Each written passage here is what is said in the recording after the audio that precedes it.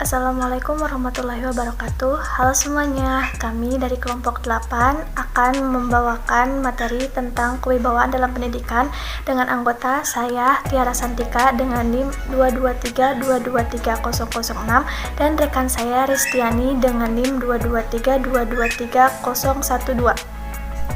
Oke, yang pertama ada pengertian kewibawaan. Kewibawaan adalah suatu pengaruh yang diakui kebenaran dan kebesarannya, bukan sesuatu yang memaksa.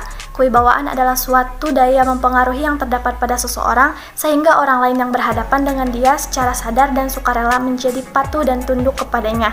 Dengan demikian, kewibawaan seseorang pendidik akan diakui apabila pendidik mempunyai kelebihan dari anak didiknya, baik sikap, pengetahuan maupun keterampilan.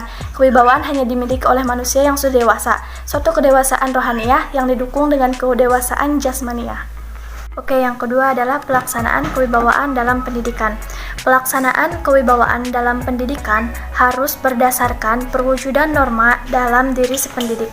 Oleh karena itu, wibawa dan pelaksanaannya mempunyai tujuan membawa anak ke tingkat kedewasaan, yaitu mengenal dan hidup sesuai dengan norma-norma itu sendiri.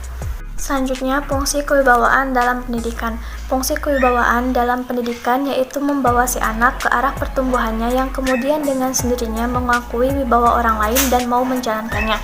Contohnya, anak yang berumur 3 tahun tidak terdapat sikap tunduk atau patuh, yang ia miliki hanyalah sikap ingin berbuat sama, takut akan muka ayahnya yang marah dan ibunya. Sikap menurut yang ada pada anak kecil itu biasanya takut dimarahi karena kebutuhannya akan terasa nyaman, dilindungi, dan rasa kepastian yang bebas dari keraguannya. Yang penting bagilah si orang tua mengucapkan maksudnya dengan tegas dan tenang, dengan kata-kata yang sesuai dengan pengertian si anak, apa sebenarnya yang ingin dikehendaki dan ingin diharapkan oleh si anak. Yang keempat yaitu pengertian kewibawaan guru. Kewibawaan guru adalah suatu kelebihan totalitas kekuatan yang dimiliki oleh seorang pendidik sehingga semua perintah dan anjuran harus ditaati oleh siswa dengan penuh kesadaran dan sukarela tanpa adanya pemaksaan. Selanjutnya adalah munculnya kewibawaan guru. Munculnya kewibawaan guru ditandai adanya karisma. Karisma adalah keistimewaan yang bersifat pribadi, berbentuk daya pikat dan pesona yang dimiliki seseorang untuk membuat orang lain tertarik dan terpengaruh. Ada juga performa. Performa adalah kebiasaan yang lahir dari standar dan plan kerja yang dimiliki oleh seorang guru. Selanjutnya yaitu unsur-unsur kewibawaan. Yang pertama ada unsur-unsur kewibawaan menurut Muhammad Surya. Yang pertama yaitu keunggulan. Maksud dari kewibawaan seorang guru ditentukan oleh keunggulan yang tertentu yang ada pada dalam dirinya. Yang kedua yaitu rasa percaya diri. Rasa percaya diri yang tinggi akan berperan penting bagi seorang guru. Yang ketiga ada ketepatan. Ketepatan dalam pengambilan keputusan. Seorang guru harus mengambil keputusan yang bijaksana dan tepat. Dan yang keempat ada tanggung jawab. Seorang guru harus memiliki tanggung jawab atas keputusan yang telah diambil. Sedangkan unsur-unsur kewibawaan menurut Rama Yulis: 1. Pengakuan, 2. Kasih sayang, 3. Kelembutan, 4. Penguatan, 5. Tindakan tegas yang mendidik, 6. Pengarahan, dan yang ketujuh ada keteladanan.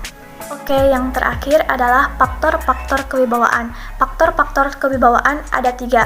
Yang pertama, dalam menggunakan kewibawaannya itu hendaknya didasarkan atas perkembangan anak itu sendiri sebagai pribadi. Yang kedua, pendidik hendaklah memberikan kesempatan kepada anak untuk bertindak atas inisiatif sendiri. Dan yang terakhir, yang ketiga, pendidik hendaknya menjalankan kewibawaan itu atas dasar cinta kepada peserta didik. Baik, penjelasan selanjutnya itu terkait pengertian guru gitu. Guru itu apa sih gitu?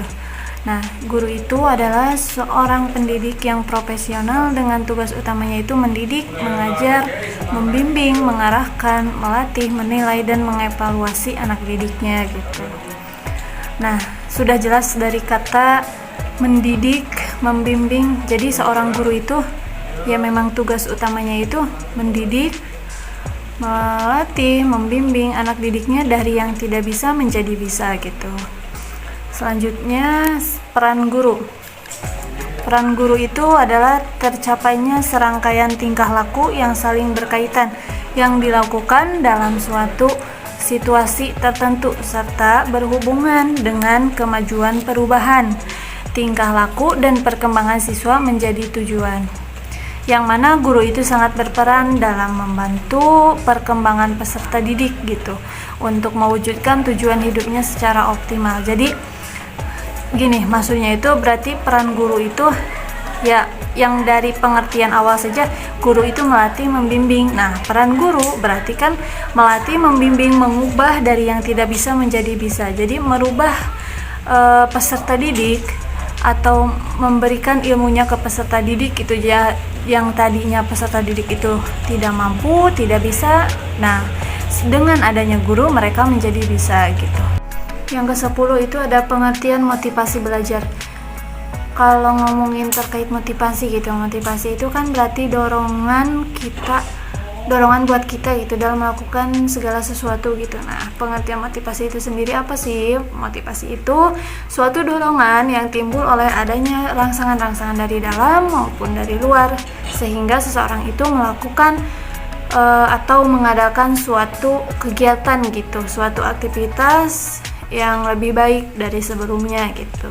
Yang ke-11 ada macam-macam motivasi gitu. Nah, macam-macam motivasi ini dibagi menjadi dua. Yang pertama itu ada motivasi intrinsik. Jelas dari kata intrinsik berarti motivasi ini timbul sebagai akibat dari dalam dirinya sendiri gitu, tanpa ada paksaan, tanpa ada dorongan dari orang lain. Yang kedua ada motivasi ekstrinsik gitu. Motivasi ekstrinsik itu berarti dari luar, adanya dorongan atau paksaan dari orang lain gitu, sehingga seseorang itu melakukan kegiatan itu gitu. Yang ke-12 ada fungsi motivasi belajar. Apa sih fungsi dari motivasi belajar? Buat apa sih gitu? Nah, yang pertama itu ada motivasi sebagai pendorong perbuatan, motivasi sebagai penggerak perbuatan, dan motivasi sebagai pengarah perbuatan. Nah, dari kata pendorong, penggerak, pengarah berarti itu kan suatu susunan gitu, maksudnya saling berhubungan. Nah, motivasi itu ya jelas pendorong buat kita melakukan sesuatu gitu. Penggerak juga, begitupun pengarah kita dalam melakukan sesuatu gitu. Yang ke-13 ada bentuk-bentuk motivasi belajar. Nih, di sini bentuk-bentuk motivasi belajarnya itu dalam dunia pendidikan gitu. Dalam dunia guru gitu, seorang guru gitu. Nah, yang pertama itu memberi angka. Maksudnya dari memberi angka itu kita memberikan misalkan semacam di TK gitu.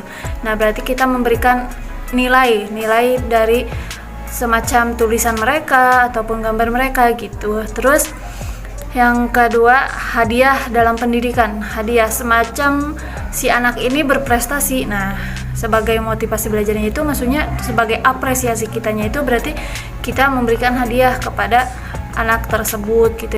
Yang ketiga itu ada kompetisi, yang keempat memberi ulangan, yang kelima mengetahui hasil, yang keenam pujian, yang ketujuh hasrat untuk belajar, yang kedelapan tujuan yang diakui. Yang ke-14 ada faktor-faktor yang mempengaruhi motivasi belajar. Yang pertama itu sikap. Nah, sikap kita tentu akan mempengaruhi motivasi belajar kita. Kalau sikap kita malas, walaupun kita udah mempunyai motivasi, tetap aja itu mempengaruhi motivasi belajar kita gitu. Yang kedua ada kebutuhan. Nah, kebutuhan setiap orang berbeda-beda. Nah, pasti motivasi belajarnya pun berbeda-beda dalam melakukannya pun gitu. Yang ketiga ada rangsangan, yang keempat kompetensi, dan yang kelima penguatan. Yang ke-15 itu ada pengaruh kewibawaan guru terhadap motivasi belajar. Kewibawaan guru diperlukan karena kedudukan guru dalam suatu lembaga itu sebagai seorang pemimpin, pendidik gitu. Pembimbing, penasehat, yang mana tugas pendidik yang diembannya itu membutuhkan kewibawaan yang merupakan salah satu syarat mutlak yang harus dimilikinya gitu. Nah, kewibawaan seorang guru itu ya tentu berpengaruh terhadap meningkatnya motivasi belajar anak didiknya gitu. Mungkin cukup sekian dari kelompok kami. Kurang lebihnya mohon maaf. Wassalamualaikum warahmatullahi wabarakatuh.